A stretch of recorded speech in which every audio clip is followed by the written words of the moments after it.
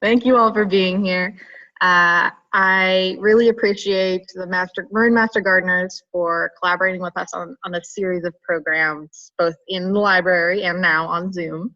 And we're very excited to have back Joan Irwin, who taught a delightful class on organic vegetable gardening a few weeks ago, and is now going to share her expertise on basic backyard composting. She's been a Marin Master Gardener for many years and a gardener for even longer. So I will hand it over to Joan. For the most part, I'll be sharing my screen with the slides. So that's what you'll see mostly with Joan in the corner. And then at one point we're going to switch over, just so you don't think that you're getting disconnected when that happens. Okay, with that, Joan, I turn it to you. Thank you, Tula. And thank you all for being here tonight. This is one of my favorite subjects to talk about. And I hope that we have a mix of people here, some who maybe have tried to do composting, some who have tried it and maybe not been as successful as they'd like to be, and maybe some brand new people who would like to try composting. Now, I just want to start by telling you the Marin Master Gardener program is part of the University of California Cooperative Extension. We are a program that is designed to support home gardeners. We use research-based information, and we hope that we will be able to help you solve all of your gardening problems. Basic backyard composting. First of all, let's talk about what our agenda is going to be tonight. Tula, can you put up the first slide?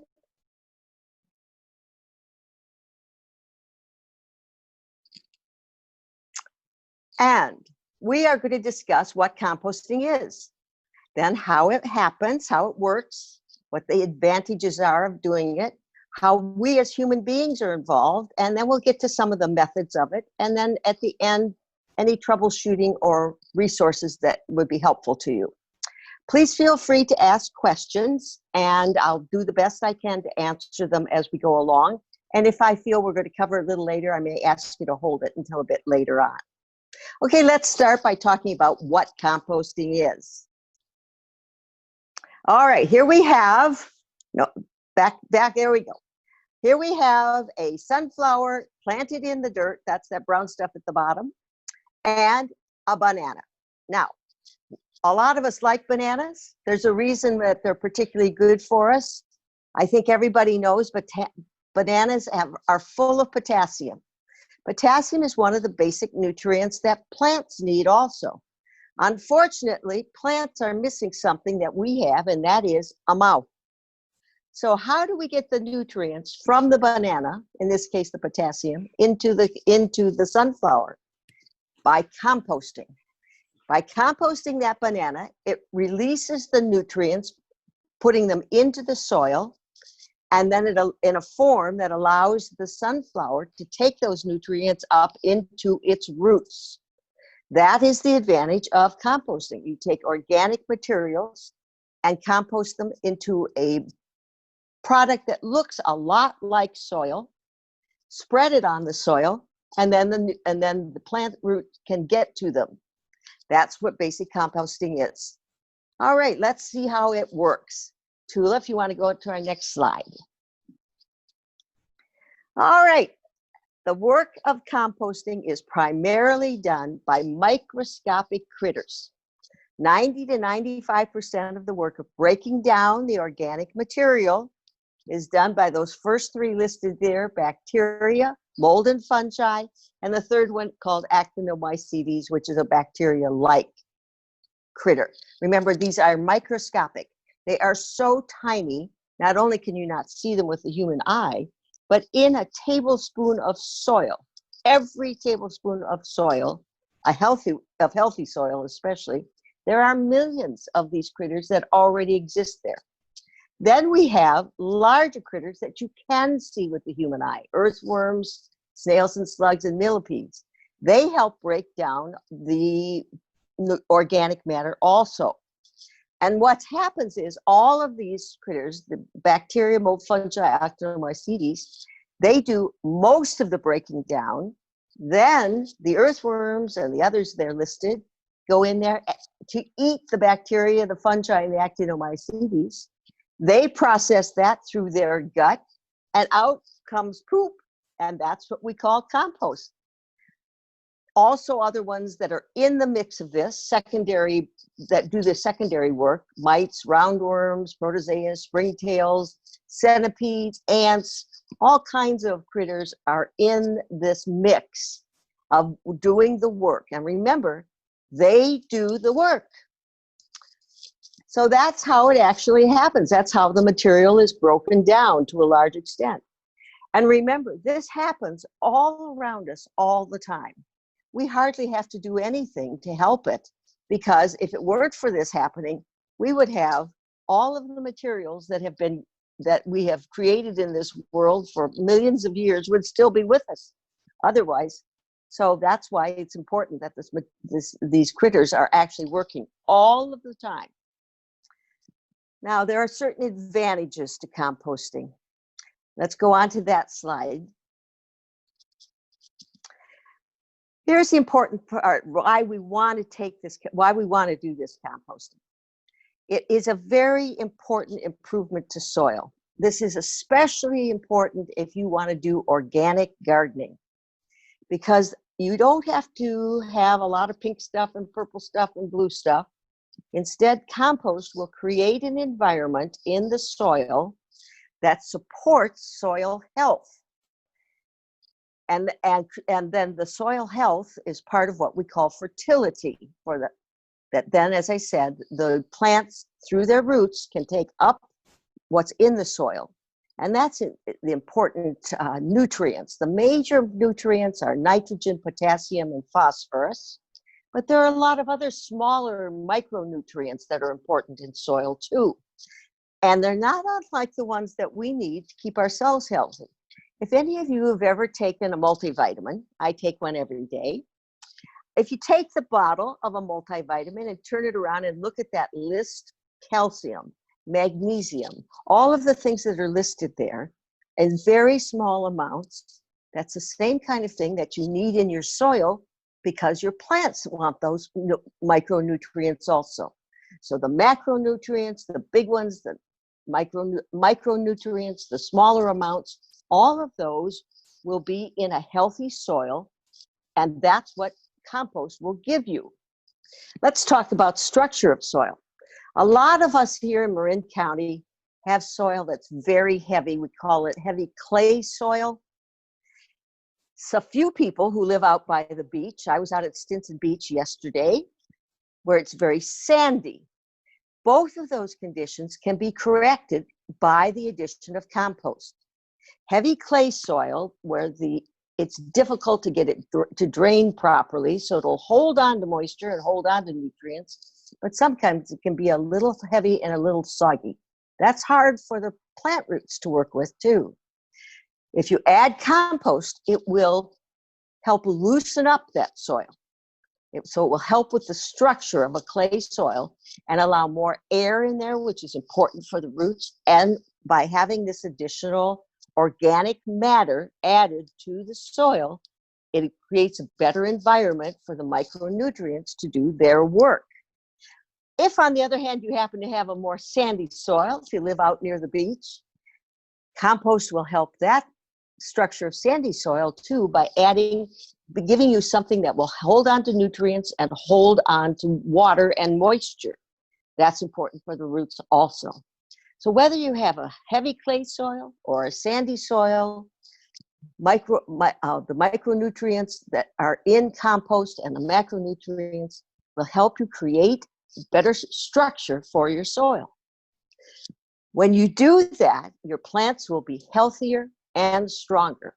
And believe me, a healthy plant is a strong and disease-resistant plant.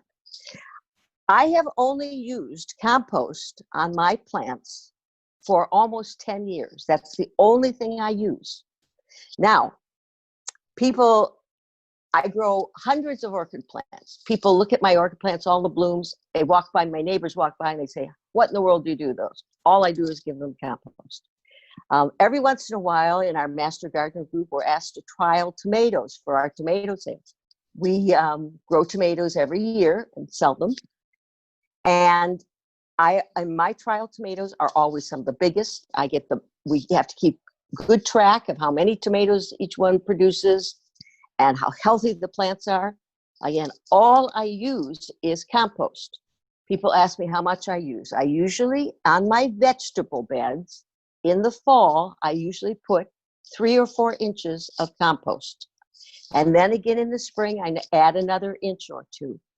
So I'm adding 4 inches of compost a year to my vegetable bed, because vegetables and fruit trees are heavy feeders. They want a lot of nutrients in order to produce those vegetables and fruit. So that's why I like to use compost. And I've always been very successful with it. And I'd be interested to know some of your experiences with using compost also. We also are doing a lot to help the environment. I want to encourage people to be organic gardeners. You don't have to worry about synthetic fertilizers that way running off into our water supply. It reduces the use of pesticides. The reason for that is because you are creating incredibly healthy plants. A plant that is healthy will protect itself from disease and even pests. A lot of people, when you grow roses, for example, and you get new growth, it comes out rather red. That new growth is full of nitrogen that actually attracts aphids, which can be a real pest on roses and other new growth. And part of the reason for that is because they're getting too much nitrogen. Compost, I'm sure you've all seen fertilizers that have numbers attached to them. 10, 10, 10, or 15, 15, 15. That's the percentage of nitrogen, potassium, and phosphorus that is in that particular product. Sometimes in a soil product, sometimes just in a fertilizer type product. Compost provides all of those nutrients, major nutrients, as well as the micronutrients, but it does it in a much smaller percentage. Compost is more like 2, 2, 2. So you get less of the nutrients rushing into your plant, but it does it on a more gradual basis. So nitrogen will rush to the tips of those roses, and the aphids will be less likely to come searching for it. Another critter that's a bit of a pest that likes all that nitrogen are deer. If you often wonder, why is it the deer nibble on the tips? It's because they love the taste of that nitrogen. So give your plants a more even and smaller dose of these nutrients more gradually. That's what compost will do. Because of that, your plants are healthier, they're vigorous, and they will help somewhat protect themselves. Also, because you're protecting the environment, you have less pesticides, again, that possibly might run into the water supply, into the bay. You don't have to worry about these products getting into the landfill. All of this is really important in our daily lives these days. And in addition to that, if you're going to make your own compost, you're going to save yourself money. You won't have to go out and buy all of those synthetic fertilizers or pesticides, whatever it is that you're having to buy now. Believe me, it's a great way to treat your soil, which then feeds your plant and protects your plants and protects our environment. So all those are great advantages for composting. I hope those of you who have done composting have had good results. My results have been terrific. Okay, Tula, let's go on to the next slide, because this is what we can do. We talked about what those critters do, which is 90 to 95% of the work, but we do have a few things to do. We have to provide the things that will keep those microscopic critters happy. And the things that keep them happy are the same things that we need to be happy. We have to give them food, air, and water. So let me start by talking about food. And remember, we're talking about keeping the critters happy. I'm going to turn my camera a little bit so that you can see the 2 basic rules of composting. Okay. Down just a bit. There we go. Yes, perfect. Okay. Okay. Rules for composting. There are only two. First one is stop throwing stuff away. And number two, put it in a pile. First thing we're going to talk about is what is this stuff? We are going to talk about organic material. And by organic, I mean something that came from nature. It can be, it doesn't have to be organic strawberries. It can be regular strawberries. It doesn't have to be organic bananas. It can be regular bananas. But this is all organic material. So the first thing we're going to talk about are what I call green materials. And these are materials that you're going to put into your pile that are full of nitrogen. Lettuce, coffee grounds, banana skins, broccoli, all the things that are left on the table or left in your bin. Also, in addition to food scraps, you can use your garden scraps, any green material from your garden scraps. So all of those things are green materials. They're full of nitrogen. Put them in the pile. The next group we're going to talk about are the brown materials. And these are materials that are full of carbon. Grass clippings, dry leaves, shredded paper, straw, anything that looks like it's dried out, but it was one time living. Now, one of the things I like to use are the shredded paper from my shredding machine. I can tell you, worms are the best security device you can have. They eat everything. So you don't even have to worry about it. So you're going to put brown material together with green material. Now, sometimes you may have heard that you need to mix these in certain percentages. And it is true that you really want more of the carbon-rich material, more of the brown material than the green material, probably 5 or 6 times as much. So for example, when people have called me and said, oh, my compost bin or my pile is just so smelly and slimy, the first thing I ask is how much carbon-rich material you're adding. Usually you can correct that by adding lots more carbon material. Now, the fall is a perfect time to do this. I go out in the street, I gather up all the dried leaves that I can find, and I load up the piles with those. As a matter of fact, you can do composting with just dried leaves. We'll talk a little bit more about that later on. So we have the green nitrogen-rich material. We have the brown carbon-rich material. Ideally, if you can layer them, one layer of green, a layer of brown, layer of green, it's a little bit better to do it that way. But believe me, it doesn't really make a lot of difference. What you're going to do is trade off. If you don't do it perfectly, it might take just a little bit more time to get your compost than otherwise. So that's what I'd like you to know about the food that we're going to give to the critters, the microscopic critters, the worms, all of the things that are already in the pile. And people ask me, well, where do they come from? Do I have to add them? Usually you do not have to add them. First of all, the microscopic critters are already there on all of those materials.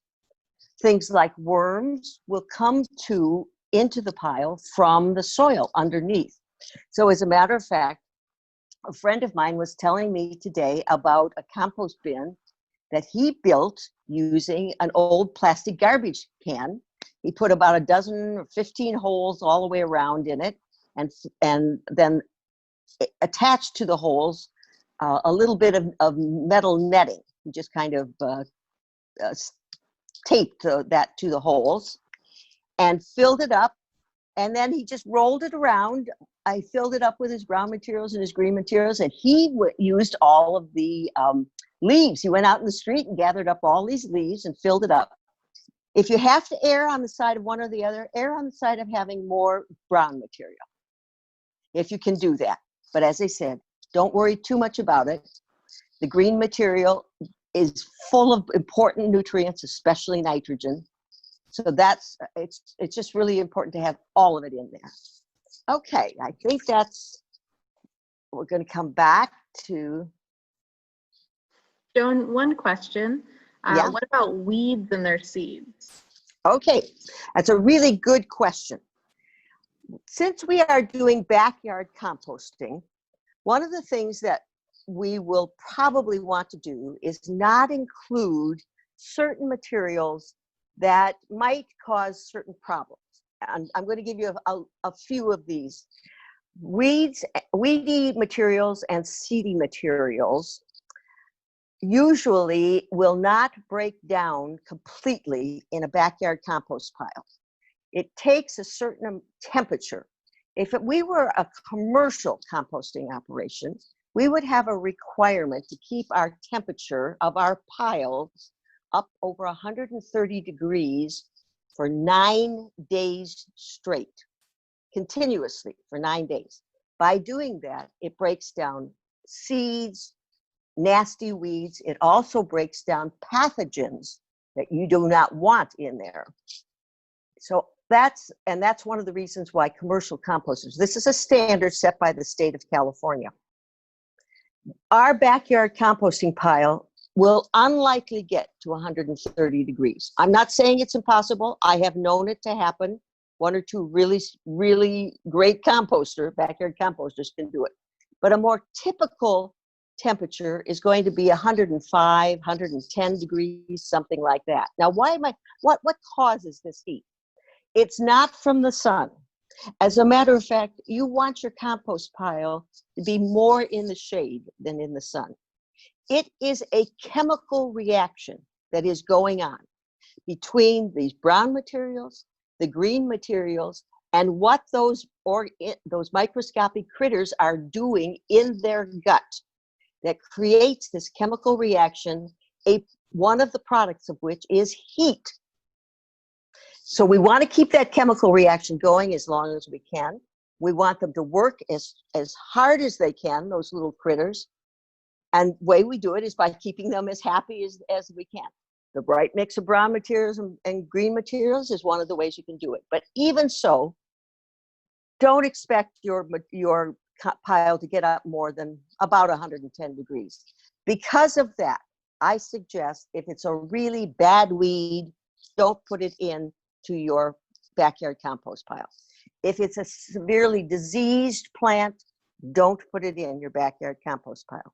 I also suggest you avoid things like meats, dairy products, cheese, and that sort of thing. And the reason for that is that those things will attract critters to your compost pile. So what's your alternative? Your alternative is to put those things into your green bin, because all of those will be composted by commercial composters. Everything that goes in your green bin will be composted by that. So does that answer the question about weeds and nasty seeds and things like that? And also, as I said, avoid some products. Now there's one other category that I'd like to talk about, and that is a few food products that I have found slow down the activities of our important critters. Let's face it, they only do a few things in life. They eat, they poop, and they reproduce. The eating and the pooping and the reproduce, we want them to do all of those things. By feeding them right material and giving them the right environment, they will do the first two. The reproducing, they will do also. But I have found a couple of things. Now, this is my research, not UC research. And those are citrus and pineapple, I find, are two things that slow it down. Now, another thing that's important to them is temperature. So we want to, as I said, keep them in the shade, especially in the summer months. But they are the most active in doing the eating, the reproducing, and the pooping from about April through into November. The winter months, they slow down. They won't do as much of those. So I particularly don't put in citrus and pineapple in the winter months, because I want them to have as much chance as possible, especially in the reproducing area. In the summer months, if some of that stuff slips in there, it's no problem. And they can deal with it if the temperatures are just perfect. Again, the commercial composters know how to do this. They keep their temperatures happy. These different bacteria and different worms are the happiest between about 70 degrees and 80 degrees, 65 to 85. When it gets to be 100, 105, the worms are trying to find a way out of that pile. When it gets to 120, those worms are dead. The other thing that will kill a worm, as you know, because you've seen them on the sidewalk on rainy days, is if they get into a puddle of water. Worms breathe through their skin. So if they are encased in water, they can't breathe properly. So we want to keep the moisture content right too, and we'll get into that in just a minute. But first, let's talk about air. I'm sorry, we have a couple more questions about food. Okay, okay, good. Shredded paper with printing on it. Okay. Twigs and branches. Eucalyptus tree bark. Okay, first let's talk about paper that's got printing on it. Almost all of our printed items, like newspapers and magazines, are printed with vegetable dyes. So you don't have to worry about the critters eating those. They're happy to eat that stuff. Again, I'm going to share with you, this is my personal experience. The one thing I have found, a printed item that I do not give to the worms, is something that I print out of my inkjet printer. Something about that ink they don't like. And I have diagnosed several worm bins that have had, and that's been the only thing I could find that I thought was killing those worms. So I would avoid ink that comes out of your inkjet printer. Otherwise, printed material, I even put in stuff that comes in the mail. Again, I shred stuff and give them all of that, envelopes, all those bills you don't want anymore, that sort of stuff. That all goes in. They love all of that stuff. So that's no problem. Okay, twigs and branches. Now, these critters are going to work as hard as they possibly can, and they are diligent, but they can only do so much. They will work on a twig, they will even work on a branch, but they are happiest. Let me just take a drink of water. They are happiest with something that is small and has a lot of edges. And that's why they like shredded paper out of my paper shredder. It's all those edges that they like to chew on. They will eventually break down that wood. As a matter of fact, what a lot of people do is put all of that wood or twigs at the bottom. If it hasn't gotten finished, when the rest of the compost pile is ready to use, they just leave it down there. They will eventually get to it, and they will eventually break it down, but the smaller the piece is, the better. And then the last thing was eucalyptus. People worry about eucalyptus and oak leaves and things like that. First of all, the leaves are kind of tough, and they have resin in them. Believe me, these critters will eat everything. They eat every dead body that gets buried. That's what happens. It all gets composted. They will eat it all, eventually. It's just a matter of time. Now, and there's nothing wrong, in my view, in adding oak leaves and eucalyptus leaves. But what some people do is take their leaves and put them together and make what they call a compost of leaf mold. The ultimate product will be leaf mold. Excuse me. And that is a very nice product to put, especially as a mulch on top of your soil. Does that answer those questions, Tula? Yes, I think so. They were particularly asking about eucalyptus bark. I assume that might have the same policy as leaves. Yep. And that then would be the same with the twigs. Okay. A couple questions about pests. I don't know if you'd like to answer those now or later. And about, I'm probably going to butcher this word, but Oxalis weed trimming? You might have to spell that one for me. Oxaliou. Oh, oxalis. Okay. That would fall in the category of a nasty weed. Again, I probably wouldn't put that in my backyard pile. Same thing as pampas grass or anything that's really a nasty weed. Put it in your green bin. Green bin. And then would you like to talk about the pests now or later? Okay, let me save the pests until a bit later, okay? Okay, let's go back to the slides then. All right, let's go back. So let's talk about air. We want to incorporate some air into this because these critters need air. Now, how do we do that? One of the main things that people do is they turn the pile. And that is a heavy job. It's really great if you've got teenagers in this day and age. They are great at turning piles, but that's how you incorporate more air into your compost pile. People ask me, how often should I turn it? The more often you turn it, the more air you're going to get in there, the happier the critters will be. Happy critters equal faster compost. The happier the critter is, the faster you'll get compost. If you can't turn it as often, you will get compost. You're just going to get it. It takes a little bit longer. Now, what do I mean by that? The fastest you can get compost is about 2 to 3 weeks. That's what commercial composters aim for, is it's 2 to 3 weeks. One of the things they use to provide air is they blow it into the pile.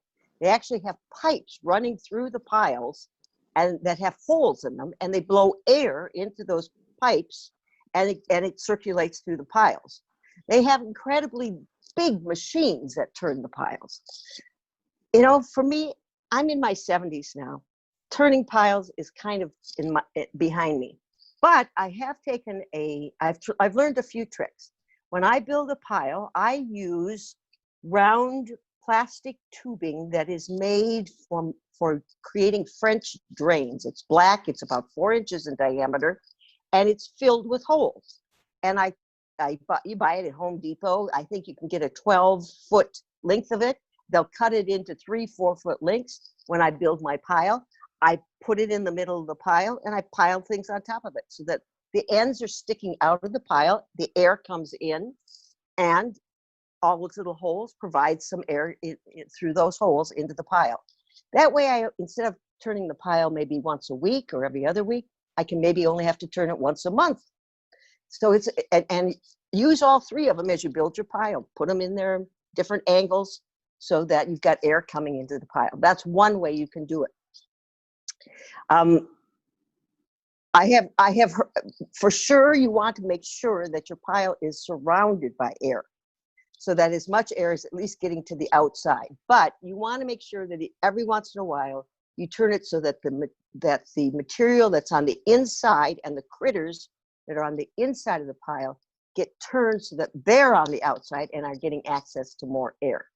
So air is a very important thing. Now let's talk about water. You want this pile to be about the consistency of a sponge when you wet a sponge and wring it out, about that level of dampness is what you want. That, again, provides the critters with the maximum, that they will do their maximum work for you because they need that dampness. They don't want it wetter than that because it'll kill especially the earthworms. And they don't want it drier than that because they need the water to produce that chemical reaction that they're putting through their gullet. Remember, earthworms do not have teeth. They digest the food that they take into this long tube by having grit inside of that tube. And then when they wiggle back and forth, the grit grinds down the food that's going through their gullet. That's how they break down the material, and then their body absorbs the nutrients they need, and the rest comes out as compost. Let me just again mention the temperature. Get it as high as you can. Now, you might want to ask, some people ask, how do I take its temperature? How do I know what a temperature is? I use my turkey thermometer.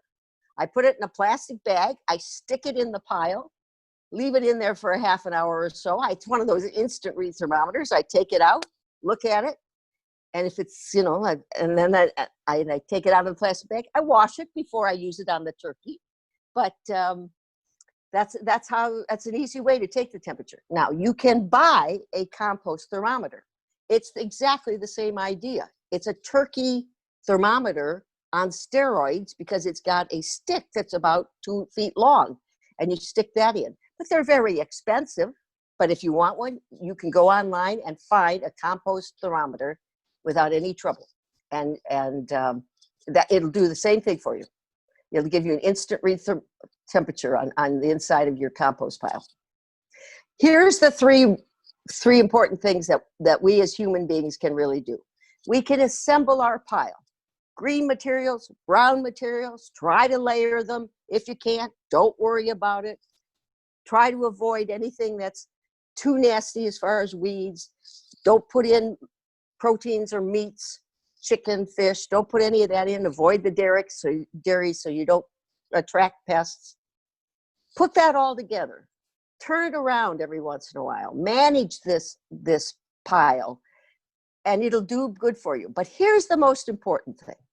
Don't forget, once you've got compost, to use that compost. I can't tell you the number of times I have gone to people's backyards to look at their compost pile, and they've got a beautiful pile of compost that's been sitting there for months, non-used. The critters will keep working on it, but why not use that compost that you make? That's a really important one too. So we assemble the pile, we manage the pile, and use the compost, that beautiful compost that you've made. Any more questions on this? Yes, a couple more questions about the food. Okay. How about chicken manure in the pile? Okay. All right, let's talk about manure. It is a good thing to compost manure. Any manure can be composted. I strongly recommend, though, that for your backyard compost pile, you stick with manure that is from animals that do not eat other animal protein. Chicken is good. Rabbits are good. Horse is okay. Cows are okay. My favorite is bat guano, to be honest. And then my second favorite is little rabbit pellets. That's great too. But chicken is okay. But I do strongly suggest that you let it compost for at least 3 months before you put it on your soil. Chicken manure is very heavy in nitrogen. All manures have a lot of nitrogen in them. And it's just a little bit strong, unless you can lay it on the soil and let it sit on the soil for 3 months. Remember, these critters, they are going to attack it. They are going to digest it. They are going to poop out good stuff. So they will deal with it. But avoid things. First of all, I want to strongly tell you, do not use anything from household pets or household waste. Nothing from household waste. It's just got too many pathogens in it, and your backyard compost pile cannot deal with that level of pathogen. So no domestic pets, no household waste. Okay? Okay, and a reminder again, how much water the pile needs each day? All right, good question. It's going to depend on how hot it is. You want that pile to try to be fairly consistent, about the consistency of a damp sponge that has been run out. So you've wet the sponge, you've wrung it out. That's how damp you want it. Now, what does that mean? How often are you going to have to do it? If it's hot, if it's the middle of the summer, if it's been 90 degrees for several days, you probably are going to have to do it every other day. Put water on there every other day. So one of the things I strongly recommend is make your pile near a hose bib, because otherwise you're going to have to carry water to it. So build your pile by a hose bib. In the wintertime, you won't have to do adding any water at all, assuming we have rain. Now, this past winter, we had a couple of months where we didn't have much rain. So in those months, we probably would have had to add water. But in the winter, I actually recommend that you put a cover over your compost pile. And a good thing to do is just sheets of cardboard, big sheets of cardboard, that it will compost eventually, and it will shed off some of the water in the meantime. I've seen people use these blue plastic tarps over their compost pile. That works. But why not use something that's going to compost along with everything else that's there? And you can go get these big boxes from big box stores, refrigerator boxes, bicycle boxes. They're happy to give you these big boxes to use and to just cover it up. And that would be in the winter when we're having a lot of rain. Does that give you some information then about water? Okay. Yes. Would a sprinkler work? A sprinkler works just fine. As a matter of fact, a drip system, if you've got putting this next to your garden, you could put a drip emitter in a couple places on the pile. It works fine. Okay, and can you just have a pile in a well-aired corner of your garden, or do you recommend a structure to hold it? Okay, we're going to get into that next, I believe. Yes, Okay. we are. As a matter of All fact. right, on to the next slide. Okay, let's talk about the various methods about it. First of all, we've talked about getting your pile hot. So piles, bins, and tumblers are intended to have a whole bunch of material brought together, and the critters work. And one of their products is heat. This is what's called. These are called active piles. So bins, piles, tumblers. Those are the hot and active. Then we have some that are called cold and a little more passive. You decide yourself whether they're passive. Let me describe these to you. First of all, pit composting. This is my favorite way of composting. It was the first composting I did. And that is you're basically building a hole, digging a hole, putting your kitchen scraps in the hole, and putting the dirt back on top. And then you walk away, and 3 or 4 or 5 months later, that all of the kitchen scraps have been dealt with by the critters in the soil. Now, when would you use this? People use it when, I often use it when I take out my tomato plants in the fall. And there's kind of a hole there already because I've taken the tomato plant out. And on top of that, it's the time of the year when we seem to be eating a lot more and we have a lot more kitchen scraps. So after we have one of our big meals in the fall, and I taken out a tomato plant, I take the scraps down to the garden, I dump them into the hole, and I pile soil on top of them. It works great. I actually do a little thing where I take a little flag and move it around from one hole to another, so I know which ones I've done. And in next spring, it's one of the most fertile parts of my garden is where I have put these holes and where I've done the pit composting. Sheet composting is a great way of composting when you want to change a certain part of your garden. And what's very popular today is if you want to get rid of some grass, some turf grass, what you would do is mow it down to maybe 2 inches. Just let the grass clippings fall back onto the soil. Then you're going to layer on top of this layers of green material and brown material. And again, there's where your big box store comes in. Get all the big boxes you can. Use newspaper. You're going to make like a lasagna layer of brown materials, green materials, brown materials, green materials. Now, I will tell you, it's going to be surprising to you how much newspaper and cardboard it will take to do this. And as a result, I strongly recommend the first time you try it, keep it a small patch, maybe 3 feet by 3 feet, something like that. Keep it manageable. Ideally, you want this to be 6 to 10 inches deep with this material, depending on what you're covering up. Grass, 6, 7 inches will do it. If it's a nasty weed, you will want to have 12 inches. It'll take all during the winter because you've got to keep it damp. And I recommend that you do this in November. Let it all go all winter long. You may have to add some additional water. And as the winter goes along, you look at your pile and you'll see it shrinking. It'll go down, down, down, down. And in the spring, in March or April, when you're ready to plant a vegetable garden, you're going to have a beautiful place to plant it. Now, it may be that not 100% of all the materials have composted yet. Don't worry about that. Just dig your hole right through whatever is left. Whatever the soil that is underneath there will be so fertile. That's called sheet composting. Worm composting of vermiculture is where we could have a small container that has worms in it. And believe me, it has all these other critters in it too. And they are going to do the work for you. I know some people who have small, very small apartments and do worm composting. I have a friend who has a worm composting right underneath her kitchen sink. A lot of people do it in their garage. You create a small bin and it's got worms in it. And we can talk more about it at a future date if you would like to. There are other approaches, grass cycling, I mentioned that a little bit, mulching. if you put any wood chips or something like that on top of your soil, eventually the critters we're talking about, whether in the soil, will compost that mulch, and it'll become part of the soil. What I find works the best is a combination of these things. So I have a plot in a community garden. We have a bin system. We also have some tumblers. I have a tumbler here at home. I almost always have a worm bin going.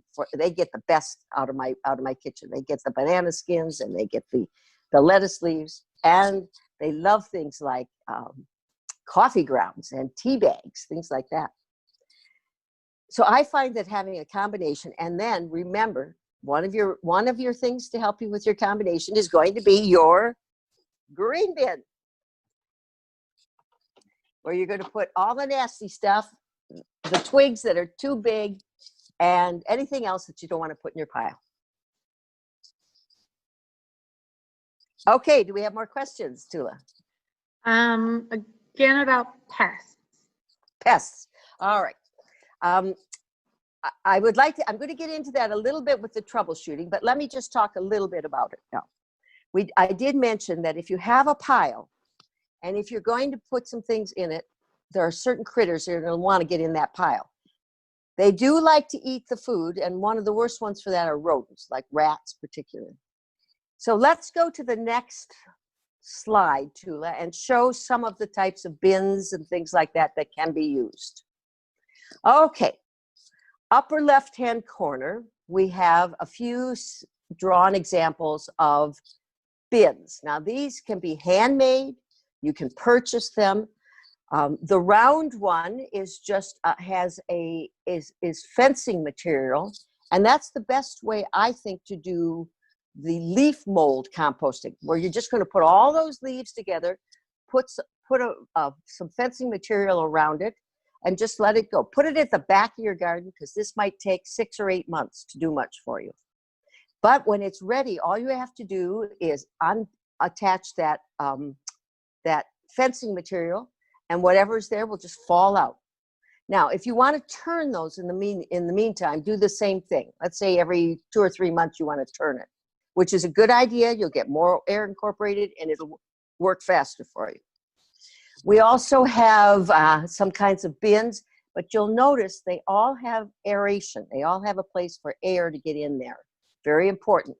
Some of these can be made, and some can be purchased. A great bins can be made with using pallets. You just have to get 4 pallets. You leave the bottom open and the top open, and use pallets. Now, I will tell you, mice can get in there through a pallet, and so if you're having a mouse problem, you might want to put some chicken wire, for example, or even smaller dimensional wire inside of your pallet bin. Let's talk about some tumblers. We've got quite a few examples of tumblers here. On the upper right-hand corner, we have the Cadillac of tumblers. I'll just tell you, they're big, they're beautiful. What's wonderful about them is they accept a lot of material, and they have a gear on the side that makes turning them very easy. But they cost $1,000, that tumbler set. You can get less expensive tumblers. The next row has several examples of tumblers. And by tumblers, I mean you load all your material into them, and then you let it go. You don't add more material while the composting is going on. And because it's easy to turn these tumblers, you get air incorporated into them nicely. It's easy to do, and you get your compost a little faster. Probably, though, it's going to be 4 to 6 weeks, even if you have a tumbler. And remember, during that process, you don't want to be adding more material. Now we have some bins. The next row has bins, and in the very top row, we have a bin in the middle. Bins can be purchased, or you can make them, but they are useful. They usually have a top that opens, that you add your materials, and then the materials kind of work their way down, and you take them out at the bottom. I think in the third row on the right-hand side, it shows the bottom being open, and that's where you take the finished compost out of the bin. And most of them have an opening at the bottom, and you take the bin out. Now, some bins also have a spigot on them in case you get a product called compost tea, which is the liquid. It's another product of the composting material method. And partially it's because of the water you add. But partially it's because of the work that the critters do too. The bottom row are more bins. Now these are 3-bin systems. Excuse me.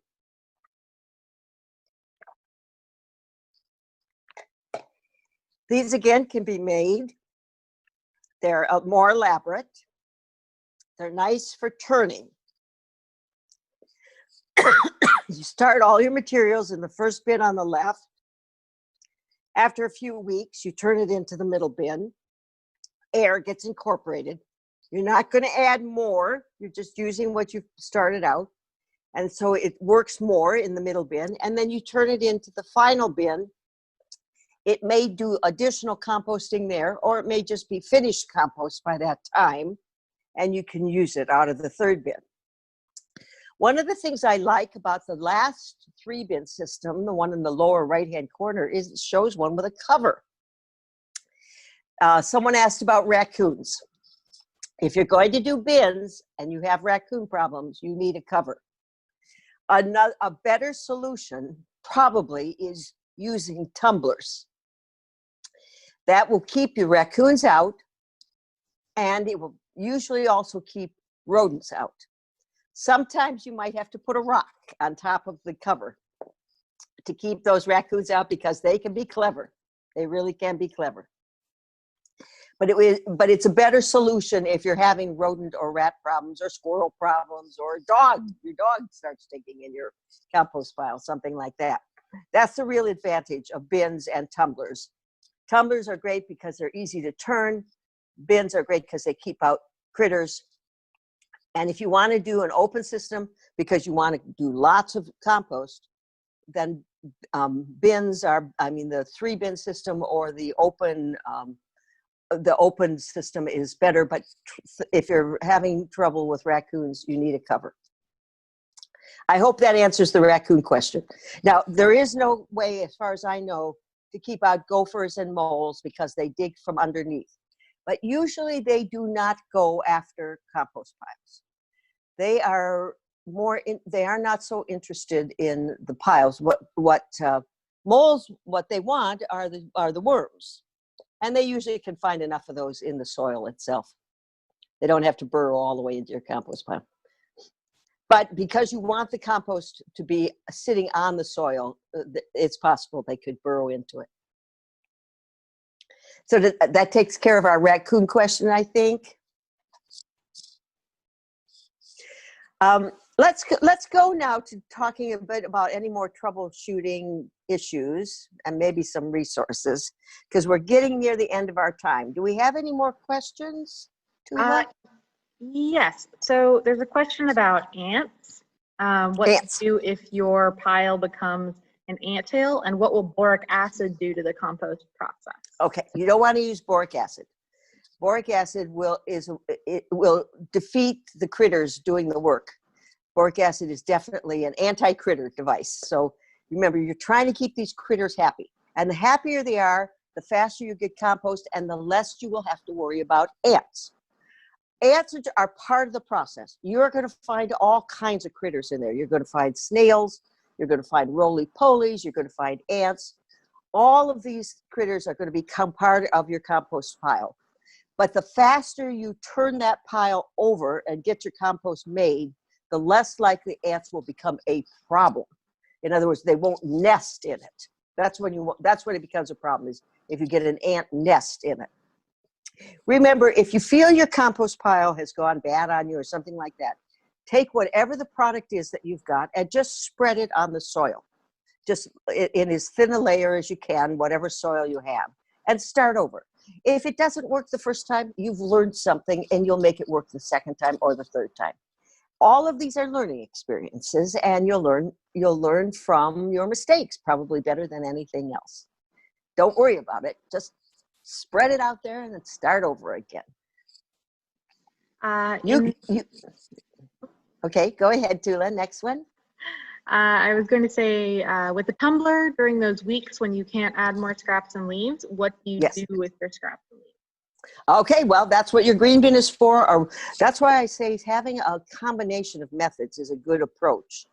I actually, you know, when I have my worm bin, which I use a lot when my tumbler is working. I use the worm bin a lot. Some people have 2 tumblers. Some tumblers you could buy. As a matter of fact, the one that's shown there in the upper right-hand corner actually has 2 elements to it. So while one is working, you can be adding stuff to the other one. And every once in a while, I see a tumbler that's got that. It's got 2 chambers so that you can operate them separately. I see why you call it the Cadillac. Yeah, it's a Cadillac. If you use a worm composting bin, how do you separate the worms when you're ready to use the compost? That's a great question, because what you've got is a pile, and you can use that pile, worms at all. It's like, you know, using soil that's got worms in it. But what you'd probably like to do is to save some of those worms so that you can do your next group of worm composting. And there are a couple of different easy ways of doing this. First of all, you can make a bin that's got layers to it. And each one of the layers will, 2 of the layers, you're going to have 3 layers, 2 of them are going to have holes in it. And you can make this bin yourself. I've made several of them out of, well, the one I have right now, I made out of 3 buckets that I got from a deli, and I think they had macaroni salad in it, as I remember. Maybe one was potato salad. What's important is that they are exactly the same size and that they will nest inside of each other, so you have about 2 or 3 inches of space between the floor of one and the floor of the next one. And you're going to have holes in there. So you're going to have the bottom one does not have holes in. The next one has holes. You're going to put in there some material like shredded paper that you've made wet. You're going to put in there food scraps, and you're going to put worms. How many worms? About that many worms is what it takes to make a worm bin work. All right. So you've got that working. First of all, the liquid will drain through the holes into the bottom, and you've got automatic compost tea there, which you must use at least every other day. Otherwise, the bacteria will be in that liquid, and it will ferment, and you don't want that. So you must use that liquid all the time. And the worms will work on the food scraps that you've got in there, turn that into compost. When they've done as much as they can, put the next one on top that also have holes in it, and start putting the food there, and start eating the food scraps in the top one. And that what they will leave behind is compost. So that's how these tiered worm bin systems work. Maybe if you talk to Tula, she might agree to have a class on vermiculture, and I could show you how to make one of these. I do think that would be very popular. Another question, can you use the compost tea directly on your plants, or do you need to dilute it? You can use it directly, but why not dilute it and spread it around? I use mine on all my potted plants. That's what the orchids get, is compost tea. And I dilute it, 2 to 1, 3 to 1, however much I have, and spread it around on all my orchids, which produce wonderful flowers that make my neighbors go gaga. All right, I think that those are all the questions. I hope I haven't missed anybody. Well, I think our time is almost up. There we go. So I just want to go to the last slide and just thank everybody for taking the time to learn about backyard composting. Tula will have some information available for you that she will now tell you about. And thank you again for letting me have this opportunity to chat with you about my favorite garden topic. Yes, this URL at the bottom of the slide is the Marin Master Gardener website, where you'll find a ton of resources. as well as an email address that you can send any really specific questions you have, or general, but if you have something really particular in your yard, they're happy to help you.